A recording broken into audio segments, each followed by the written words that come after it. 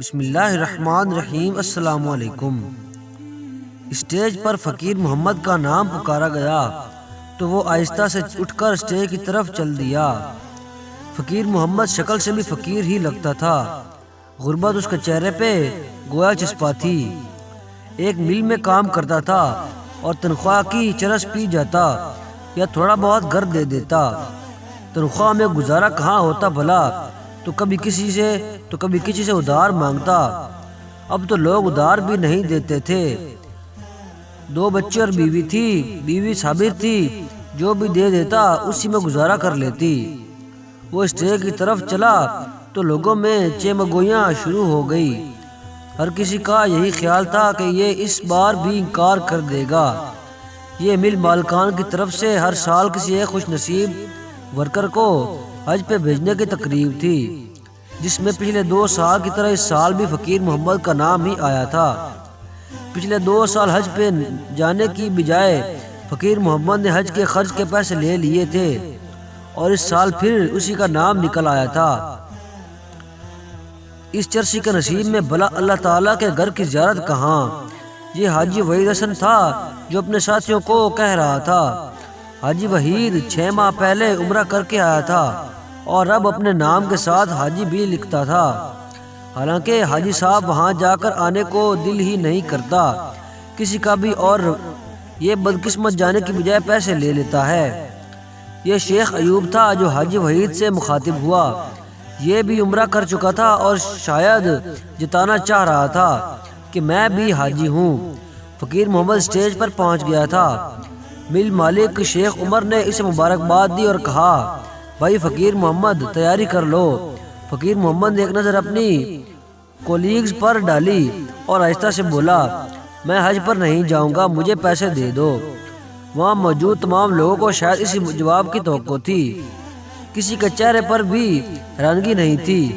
شیخ عمر ذرا مسکرائے اور بولے، اس دفعہ تو ہر صورت تمہیں حج پہ جانا ہی ہوگا۔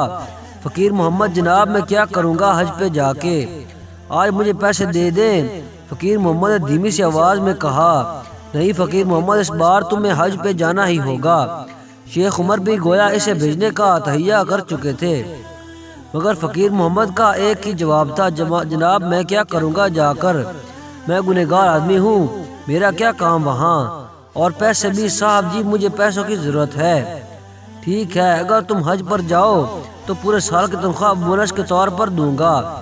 شیخ عمر نے آفر کی تو فقیر محمد کی آنکھوں میں چمک سی آ گئی، کہنے لگا، ٹھیک ہے صاحب میں راضی ہوں۔ شیخ عمر بولے، دیکھو 3 سال سے مسلسل صرف تمہارا ہی نام نکل رہا ہے اور جا نہیں رہے، اللہ تعالیٰ ہر صورت تمہیں بلانا چاہتے ہیں۔ روانگی کا دن آ گیا۔ سال کی تنخواہ فقیر محمد لے چکا تھا۔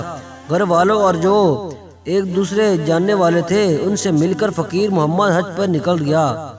حج کیا، روزہ رسول صلی اللہ علیہ وسلم پر حاضری دی۔ حج مکمل کر کے 2 دن بعد فقیر محمد کی واپسی تھی، مگر آنے سے 1 دن پہلے ہی مکہ المکرمہ میں اس کا انتقال ہو گیا۔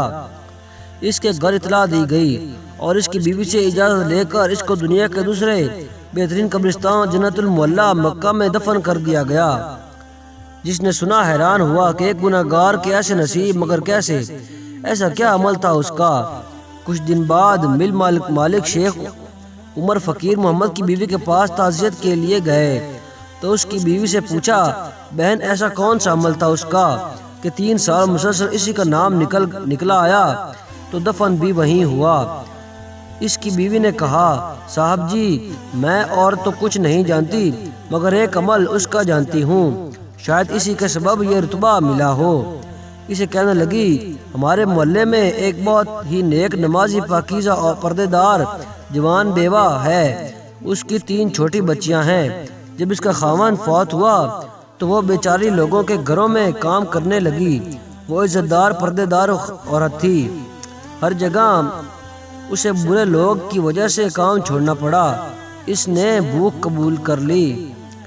میرے خاوند کو پتہ چلا تو اس نے اس بیوہ عورت کو اپنی بہن بنا لیا اور اس کے گھر کا سارا خرچ دینے لگا۔ میرے شوہر کی تنخواہ میں 2 گھروں کا گزارا مشکل تھا، تو وہ ادھار لے کر جیسے بھی اس کو خرچہ ضرور دیتا تھا۔ 2 بار حج پر نہ جانے کی وجہ بھی یہی تھی۔ کہ پیچھے اس بیوہ عورت اور اس کے بچوں کا خیال کون رکھتا؟ اس نے 2 بار حج کے پیسے لے کر بھی ان کو ہی دیے اور کچھ مجھے، وہ اس بار نہیں جاتا اگر آپ اسے پورے سال کی تنخواہ نہ دیتے۔ اس نے پیسے لے کر کچھ گھر کا سامان لیا اور کچھ اس عورت کو لے کر دیا، تب وہ حج پر گیا۔ شیخ عمر کا دل چاہ رہا تھا کہ فقیر محمد اس کے سامنے ہوتا تو وہ اس کے ہاتھ چومتا۔ وہاں سے وہ اس بیوہ عورت کے گھر گئے۔ اس نے بتایا کہ لوگوں کی نظروں میں وہ چرسی اور میرے بچوں کی نظروں کے لیے فرشتہ تھا۔ کہنے لگی، وہ کہتا تھا بہن میرے لیے دعا کر دیا کرو بس، اور میں اس کے لیے ایک ہی دعا کرتی تھی، یا اللہ میرے اس بھائی کو ایمان پہ موت دینا۔ یتیموں کے سر پہ ہاتھ رکھنے سے جتنے بال ہاتھ کے نیچے آتے ہیں اتنے گناہ معاف ہوتے ہیں، اتنی نیکیاں لکھی جاتی ہیں، اتنے درجات بلند ہوتے ہیں۔ دوستو، امید کرتا ہوں کہ آپ کو آج کا یہ واقعہ پسند آیا ہوگا۔ اگر واقعہ پسند آئے تو کمنٹ باکس میں قیمتی رائے کا اظہار ضرور کریں۔ تو ملتے ہیں کسی اور اچھی سی ویڈیو میں، تب تک کے لیے اللہ حافظ۔